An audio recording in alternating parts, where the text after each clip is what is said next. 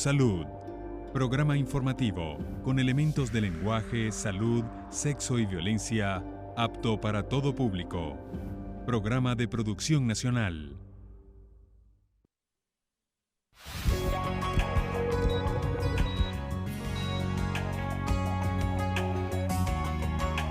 Buenas tardes, bienvenidos una vez más a una nueva entrega de Noticias Globovisión Salud. 30 minutos dedicados para el bienestar de toda la familia. Les saluda como siempre Daniela Salas en nombre de todo el equipo técnico de producción que hace posible que este espacio llegue hasta sus hogares. El día de hoy me acompaña en interpretación de lengua de señas Mabel Martínez y nosotros a continuación le vamos a presentar los titulares del día.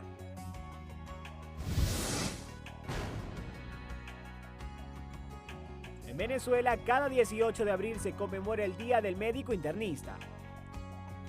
En internacionales, el Ministerio de Salud Pública de Uruguay comenzó la campaña de vacunación contra la gripe en ese país. En avances científicos, un nuevo estudio revela que la fresa ayudaría a reducir las células negativas que provocan el cáncer de mama. Conozca cuáles son los cuidados que debe tener para no afectar su voz ni sus cuerdas vocales. Hoy en Noticias Globovisión Salud queremos desearles un feliz día a los médicos internistas venezolanos, el cual se denomina el clínico por excelencia. Cada 18 de abril se celebra en Venezuela el Día del Médico Internista, especialista capaz de atender de manera integral a los pacientes adultos desde la adolescencia hasta el final de la vida, y al que le recurren además otros profesionales de la medicina para obtener un mejor diagnóstico. Esta fecha conmemora la fundación en 1956 de la Sociedad Venezolana de Medicina Interna, cuya creación permitió consolidar el estudio de esta especialidad clínica en el país. Estos profesionales de la salud tienen una alta capacidad resolutiva, solucionan hasta 80% de los problemas que se le presentan. Se encargan de canalizar qué médicos van a formar parte del equipo de atención al paciente. Esta especialidad médica también atiende los signos que presentan el deterioro cognitivo, demencia a futuro y problemas neurodegenerativos. Ahora consultamos información de salud internacional. El Ministerio de Salud Pública de Uruguay comenzó este martes la campaña de vacunación contra la gripe en ese país. El plan de salud tiene como objetivo inmunizar a la población más vulnerable, tales como los niños pequeños, las mujeres embarazadas, así como los adultos mayores y las personas con enfermedades crónicas. Asimismo, contará con 600.000 dosis, las cuales fueron distribuidas previamente en todo el país, tanto en organismos públicos como privados. Las autoridades sanitarias destacaron la importancia de vacunar a este grupo de personas, puesto que reduce eficientemente la probabilidad de desarrollar cuadros respiratorios o en caso de padecerlos evita que la enfermedad se desarrolle. Otro avance que fue anunciado es la incorporación de un sistema informatizado que sustituirá el carnet de vacunación por un historial electrónico. Según el Ministerio de Salud Pública, en Cuba las enfermedades del corazón y los tumores malignos encabezan la tasa de mortalidad más elevada en ese país. Las autoridades de salud informaron que estas enfermedades causaron 49% de fallecimientos en la isla en el 2016. Señalaron también que 66% de las muertes por enfermedades del corazón ocurren por fallos isquémicos y 44% por infarto agudo del miocardio. En el caso de las mujeres tiene mayor incidencia de las insuficiencias cardíacas y las enfermedades reumáticas crónicas del corazón. Respecto al cáncer, el informe refiere que la tasa de mortalidad más elevada corresponde a los tumores malignos de tráquea, bronquios y pulmón, también en hombres como mujeres. En el caso de los hombres, el segundo caso de mortalidad por cáncer corresponde a los tumores de próstata, seguido por el intestino, laringe y vías urinarias.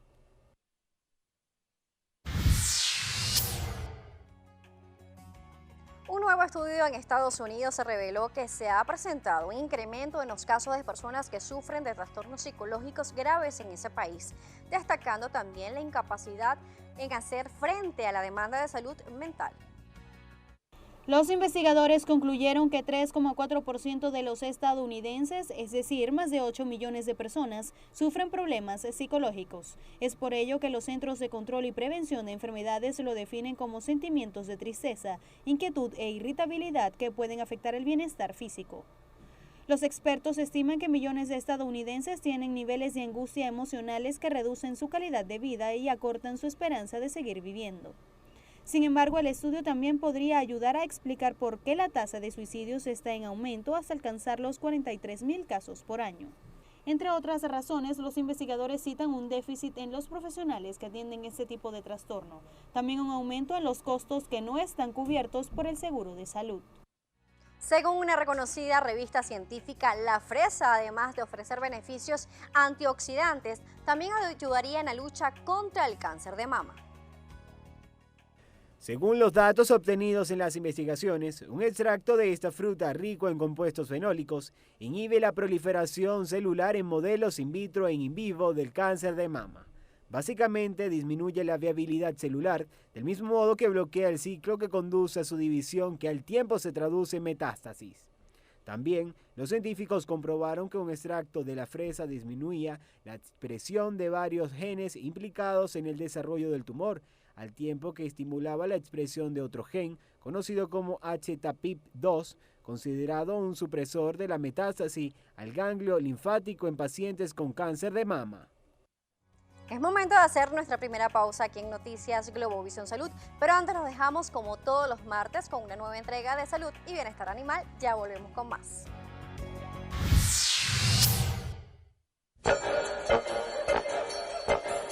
Una de las preguntas frecuentes que puede surgir al planificar el cuidado de las patas de sus mascotas es saber cuándo es el momento apropiado de recortar sus uñas.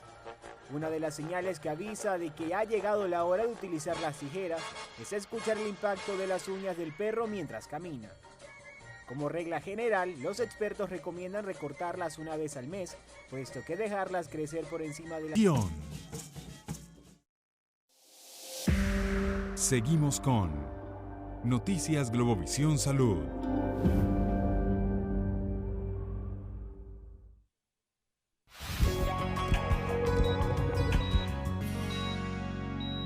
El Día Mundial de la Voz se celebra todos los años en el mes de abril.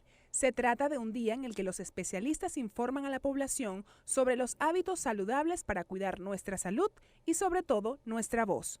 Este día se viene celebrando desde el año 1999. Se trata de una propuesta de la Federación de Sociedades de Otorrinolaringología con la intención de difundir la necesidad del cuidado de la voz. Entre los problemas más comunes que puede presentar se encuentran afonía, que es la pérdida de la voz en su grado máximo, disfonía, perturbaciones en la voz, disfonía funcional, vibración defectuosa en las cuerdas vocales, disfonía orgánica. Se trata de las lesiones en la laringe. 4:41 minutos de la tarde, continuamos con más aquí en Noticias Globovisión Salud y precisamente el día de hoy vamos a hablar sobre el cuidado de la voz, a propósito de que en abril se celebra el Día Mundial de la Concienciación con respecto a sus cuidados. Le vamos a dar la bienvenida a la otorrinolaringólogo María Auxiliadora Aguilera. Bienvenida. Gracias, Daniela, encantada de estar aquí contigo. Un gusto tenerla acá con nosotros y veíamos cuáles eran las principales manifestaciones que se presentan con las principales dolencias en la voz. Nos gustaría que nos ampliara un poco más sobre ellos. Fíjate bien, como bien se ha publicado en muchos documentales, esta iniciativa es muy joven y surge desde hace algún tiempo, precisamente con el motivo de crear una conciencia en relación al cuidado de la voz, por ser un factor primordial en las relaciones interpersonales, como herramienta de trabajo y por supuesto como medio de expresión.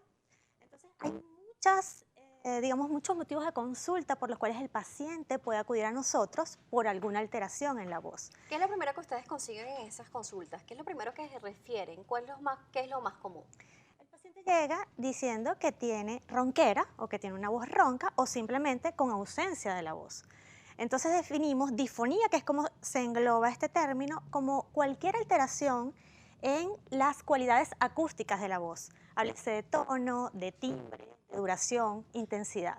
Esto puede responder a una causa orgánica cuando hay una alteración tanto de la anatomía como de la estructura de la laringe, o una causa funcional que generalmente está asociada a alteraciones, uso o mal uso de la voz. Esto puede ser transitorio o permanente. ¿Quiénes son los más afectados al momento de referirse en la consulta con problemas de la voz? Esto es bien interesante.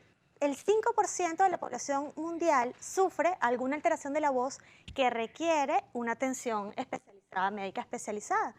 Cualquier persona puede sufrir alguna patología vocal, sin embargo, hay un personal de riesgo o hay algunas personas predisponentes a ellos. ¿Quiénes son? Ustedes, los locutores, por supuesto los profesionales de la voz, cantantes, recepcionistas, empleados de call center, sacerdotes, oradores, vendedores, entre muchos otros. Y por supuesto la afección va a depender de la carga horaria que gaste o que tenga en su tarea. Muy bien, ya vemos que entonces esas personas que trabajan con la voz o que la utilizan con mayor frecuencia pueden presentar con mayor predisposición lo que son estas alteraciones, o ponerse muy ronco o perder la voz, Correcto. o los términos utilizados médicamente, disfonía y afonía. Entonces, ¿qué otras características podrían estar presentándose? ¿Qué pasa con nuestras cuerdas vocales, con la faringe? ¿Qué está sucediendo en ese momento cuando se pierde la voz o cuando se está ronco? Ok, hay muchos síntomas asociados, ¿ok?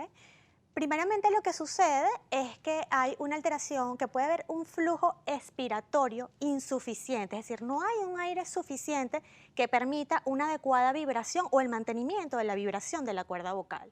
Puede haber un defecto en el cierre glótico, que es esa aproximación de las cuerdas vocales, y eso origina un escape de aire. Puede haber alteraciones en las cavidades de resonancia, que son, por ejemplo, la hipofaringe, la cavidad nasal, la boca, o alteraciones en otras estructuras de la onda mucosa como tal. Básicamente esto es lo que está sucediendo en el aparato fonatorio. Aquí es importante decir que la voz no es más que ese sonido que produce esas cuerdas vocales al originar un movimiento, una onda vibratoria, y que esto es amplificado, es armonizado y reforzado por estas cavidades de resonancia. Entonces pueden haber otros síntomas asociados, como tú bien lo preguntas, que tienen que ver con síntomas obstructivos nasales, por ejemplo, si hay una alteración funcional en la nariz, obstrucción nasal, goteo posterior, ronquidos durante la noche, respiración oral, entre muchos otros. Esas vibraciones que pueden estar teniendo las cuerdas vocales. Correcto. Ya nos empiezan a llegar preguntas y comentarios a través de nuestra cuenta de Twitter, @salud_gb. Recordamos que tenemos a su disposición esta red para que usted lo haga. En este caso le presentamos una de las preguntas que nos llega, lo hace @moradoangelo, dice: buenas tardes, ¿por qué el cambio de nuestra voz cambia a medida de que nosotros vamos envejeciendo? Saludos desde Valencia. Ok.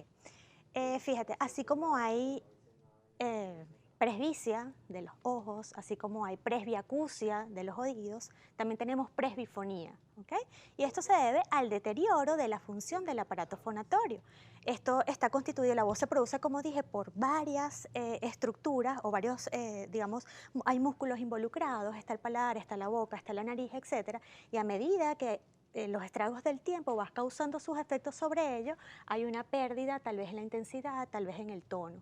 Aquí es importante decir que no hay dos voces idénticas, así como hay huellas dactilares, hay huellas vocales. Se puede decir que hay voces parecidas, pero no son totalmente Se asemejan, pero no son idénticas, y eso responde a que las cuerdas vocales de cada quien tienen un tamaño, un grosor, los músculos tienen un determinado tono, las cavidades que acompañan a todo este proceso tienen variaciones anatómicas, y por eso esto es tan importante, por ejemplo, para el sistema judicial, para la medicina forense, entre otras cosas. Muy bien, en este caso ya veíamos esas manifestaciones, pero ¿qué pasa con una persona que tiene algún tipo de ronquera crónica? ¿Qué va pasando con el paso de los días, de los años, con esta persona, con estas cuerdas vocales, con este aparato fonador? Ok, podemos definir a grandes rasgos cuándo es un proceso agudo o cuándo es un proceso crónico.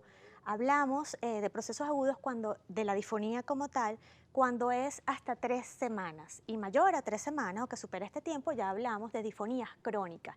Y esto depende o está causado por diferentes elementos, ¿ok? Aquí podemos agrupar, por ejemplo, causas orgánicas o funcionales a grandes rasgos, pero dentro de estas hay muchas otras patologías, dentro de las orgánicas, por ejemplo, causas congénitas, laringomalacia, sulcus, puentes, muchas patologías involucradas, causas adquiridas, como por ejemplo iatrogénicas, ¿ok? Que hayan habido alguna cirugía anterior, hay que investigar la causa para ello.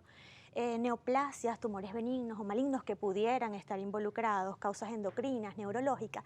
Y dentro de las funcionales se incluiría esta que preguntan, que es precisamente la presbifonía, la disfonía espasmódica, entre otras. Muy bien. ¿Qué no debe hacer las personas que tienen algún tipo de disfonía o afonía? ¿Qué no deben comer? ¿Cómo deben de cuidarse? ¿Qué no deben hacer? Digamos que hay normas de higiene vocal, ¿ok? En primer lugar, lo que se recomienda es un sueño que sea reparador. El sueño es indispensable para cualquier sistema del organismo y no escapa de ello el aparato fonador. Aprender a sobrellevar el estrés, porque muchas de las disfonías responden a esto. Tendemos a forzar la voz porque hay una tensión muscular que se viene acumulando a lo largo del tiempo. Evitar, por ejemplo, el consumo excesivo de cafeína o de alcohol, porque esto tiende a deshidratar las cuerdas vocales, y esto es muy importante porque ellas necesitan conservar ese recubrimiento natural para poder funcionar adecuadamente. Evitar comidas copiosas, como por ejemplo, o muy condimentadas, porque esto tiende a generar excesiva producción de gases y también aumenta la acidez estomacal. Esto en conjunto produce reflujo u otra patología a nivel digestivo. Aquí, por supuesto, se recomienda referir al paciente al gastroenterólogo para tomar tratamiento indicado, y hay algunas recomendaciones como, por ejemplo, no acostarse inmediatamente después de las comidas, la famosa siesta, y al hacerlo, en caso de que se haga, pues no hacerlo en total posición horizontal, siempre mantener un ángulo en la cabecera que no favorezca ese reflujo. Evitar el cigarrillo, esto es sumamente importante, el hábito tabáquico en estos pacientes, debido a que la nicotina actúa como un sedante, y esto, aunado al alquitrán, va produciendo una especie de atrofia de los cilios que revisten todo este epitelio, y esto va a producir un mecanismo automático de limpieza, que es la tos, lo que a su vez lleva a una irritación de la laringe y de las cuerdas vocales, y esto va acumulando fluidos dentro de estos tejidos, y es este paciente. Noticias Globovisión Salud.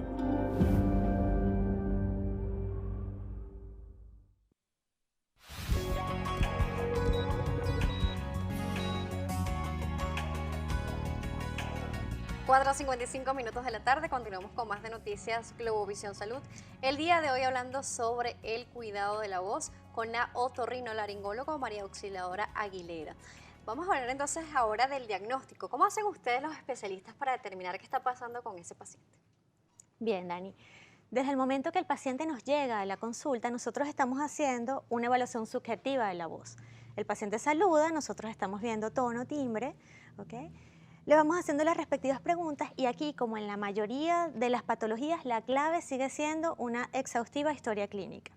Preguntarle al paciente desde cuándo tiene esta enfermedad, ahí vamos sabiendo si es agudo o crónico, si él cree que hay algún factor desencadenante o predisponente, si lo asocia a un hecho particular, cómo fue la introducción, si fue aguda, si fue gradual, si fue brusca, si además presenta algún aspecto emocional, algún hecho que lo pueda haber llevado a esta patología, porque hay muchas de estas disfonías que tienen origen emocional. Luego, pues, preguntar acerca de los antecedentes, saber si ha habido alguna intervención quirúrgica, sobre todo laringia, o si ha habido patología tiroidea, por ejemplo, o alguna cirugía que tenga que ver con tiroides. Los hábitos del paciente es, por supuesto, indispensable saber cuál es su ocupación o profesión, si consume tabaco, si consume alcohol, cuál es el medio en que se desenvuelve ese tipo de pacientes, y si hay algún otro síntoma asociado, como goteo posterior, rinorrea, ronquidos nocturnos, respiración oral, dolor para hablar, dolor en la faringe, para tragar, etc. Recuerde que nos puede escribir a través de nuestra cuenta de Twitter, @salud_gb, para que usted pueda hacer sus comentarios o preguntas a nuestra especialista del día de hoy. Esas vías las tienen abiertas para ustedes. Nos llegó un comentario, le llega en este caso a usted, dice Sabet 10 Aitán, dice: felicidades doctora, muy buena la entrevista, acabo de aprender algo nuevo. Imagino que bueno, se están educando con respecto a lo que son los cuidados de la voz y qué está sucediendo con cada uno de ellos, y la importancia de acudir al especialista, en este caso al otorrinolaringólogo o al foniatra, dependiendo de cada uno, de cómo se va a ir refiriendo según lo que tenga el paciente.